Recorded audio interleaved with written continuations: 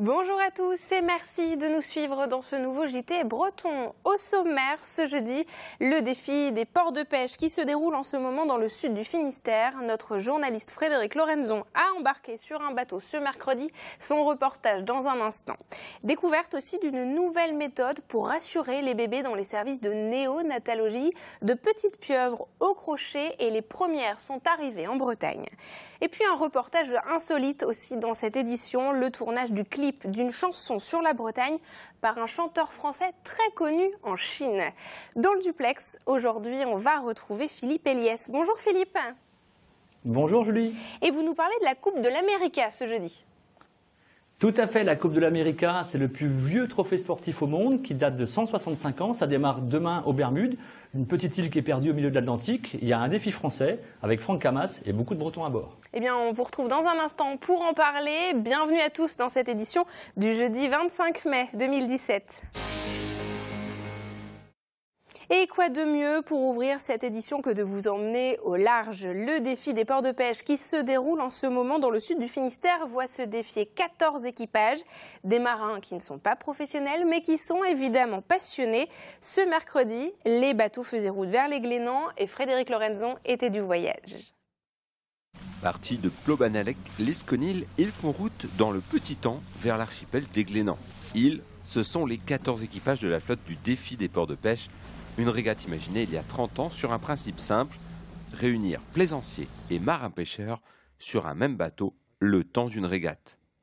À bord du bateau Pays Bigoudin, Guy, l'ancien marin-pêcheur, et Philippe, le plaisancier, participent au défi depuis le début. Depuis 1988 au Croisic, et c'est un milieu qui de suite m'a beaucoup plu. Et le fait de faire se rencontrer les gens du milieu de la pêche et de la plaisance, c'était, au début c'était pas facile, mais ça a été un franc succès. Au début, ça passait mal, hein. Les plaisanciers voileux contre les pêcheurs, ça passait mal. Ça donnait quoi alors, les premières éditions? On était un peu paumés quand même. Hein. Mais ça vient assez vite quand même.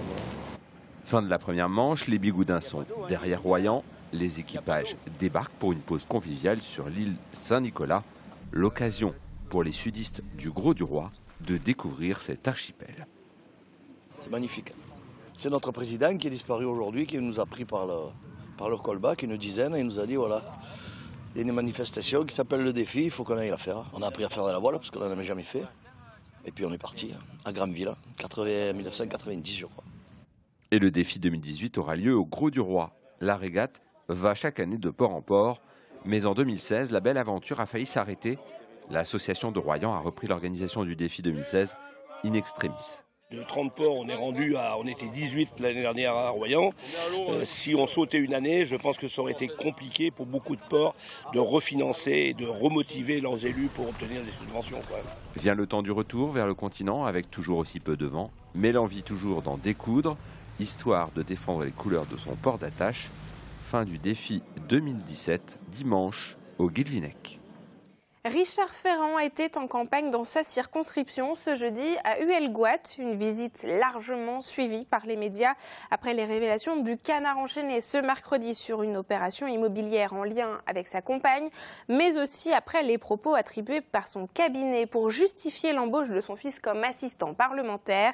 Je vous invite à aller faire un tour en Centre-Bretagne. Ce n'est pas simple de trouver un jeune volontaire pour travailler 5 mois qui sait lire et écrire correctement et aller sur Internet.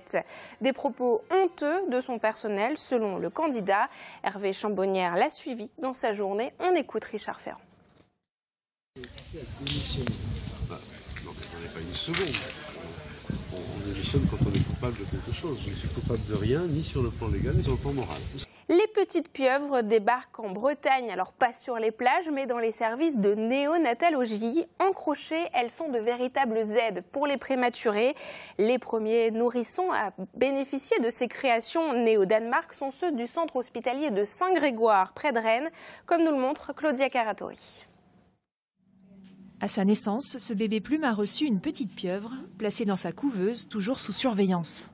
Depuis, il a pris l'habitude d'attraper ses tentacules crochetés avec du fil de coton, un geste qui l'apaise, le rassure et qui a un véritable intérêt thérapeutique. Avec un bébé monitoré, c'est vraiment une très bonne aide. On sent que tout de suite, ils agrippent leurs petites pieuvres et deviennent paisibles et tolèrent leurs petites aides alimentaires ou respiratoires.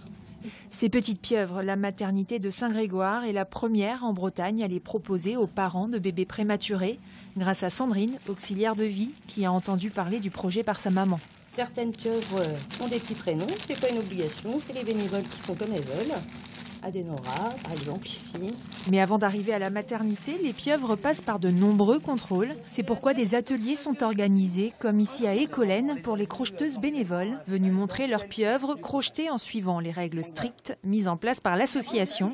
Fil 100% coton, rembourrage 100% synthétique et doux, taille des tentacules. Elles sont plusieurs à avoir fait le déplacement pour faire tester leur réalisation faite maison. Faut voir si elles sont conformes. Et dis donc, cocotte. Oui. Voilà. Oui, je sais. Des fois, ça passe pas. Et si elles ne sont pas aux normes, elles ne passent pas, la taille et les trous. Il faut savoir qu'un bébé prématuré peut faire 1 kilo. Notre crochet, ça va être son petit doigt. Donc c'est pour ça qu'on a pris cette référence. Donc il faut vraiment penser à ça, que c'est des petits bébés. Et que voilà, c'est pas un bébé de 3 kilos qui naît et qui a ça en main. Nathalie Lambert réalise aujourd'hui sa 200e pieuvre. C'est elle qui a fourni la première commande livrée au CHP de Saint-Grégoire. J'essaie d'en faire une 40aine par mois. Malheureusement, je ne peux plus travailler, j'ai des problèmes de santé et mes mâles fonctionnent encore, donc je m'en sers. Si l'association Petite Pieuvre Sensation Coton ne manque pas de bénévoles, elle recherche activement de nouveaux hôpitaux partenaires pour distribuer leurs pieuvres auprès des bébés prématurés dans toute la Bretagne. Un tournage insolite ce jeudi à l'Esconil. Dantès Tai Liang, un chanteur français superstar en Chine, a tourné toute la semaine le clip de sa nouvelle chanson, une ode en mandarin à la Bretagne. De quoi surprendre les passants, et Camille Pochet était sur place.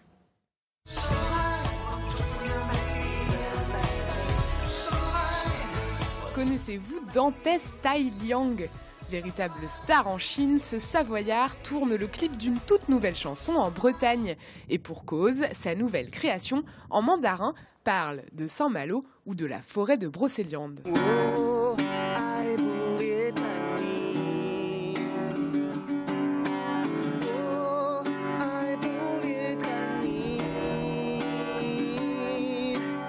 Le tournage a duré 6 jours.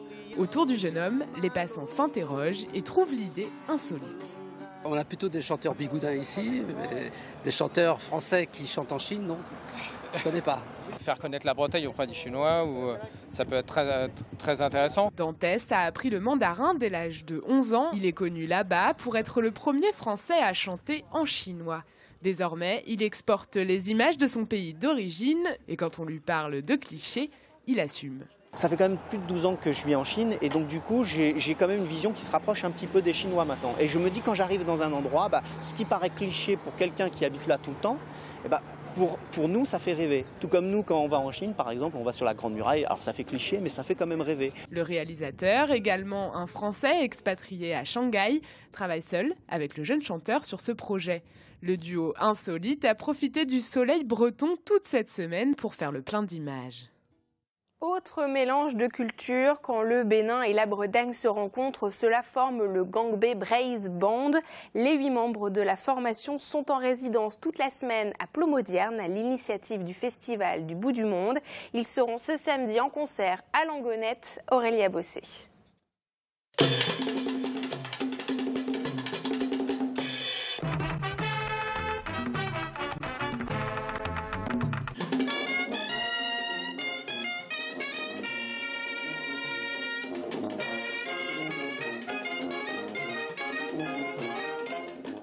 Ils sont arrivés hier et un premier contact génial. On a déjà communiqué par WhatsApp pendant 8 mois. Maintenant, on se rencontre enfin. Il était temps. Je pense qu'il était temps que ça aboutisse. Comment est-ce qu'on a travaillé? Et quand les gens d'ici nous envoient leur musique, ils nous envoient un extrait de leur musique. Et à partir de cet extrait, nous, on écrit d'autres arrangements et on leur envoie. Si ça leur convient, ils nous disent et puis on continue.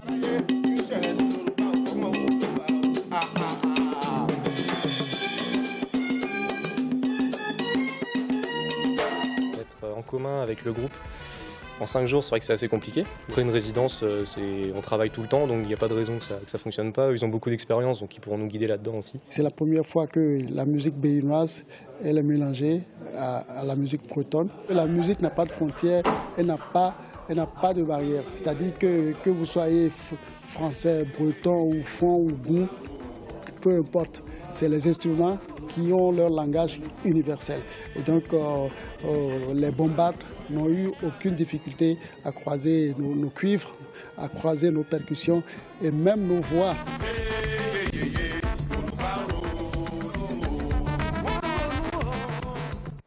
La Coupe de l'América débute ce vendredi aux Bermudes, mais quand on parle de voile, la Bretagne n'est jamais loin, comme va nous le montrer Philippe Eliès dans le duplex. Alors Philippe, tout d'abord, pourquoi la Coupe de l'América a-t-elle lieu aux Bermudes ?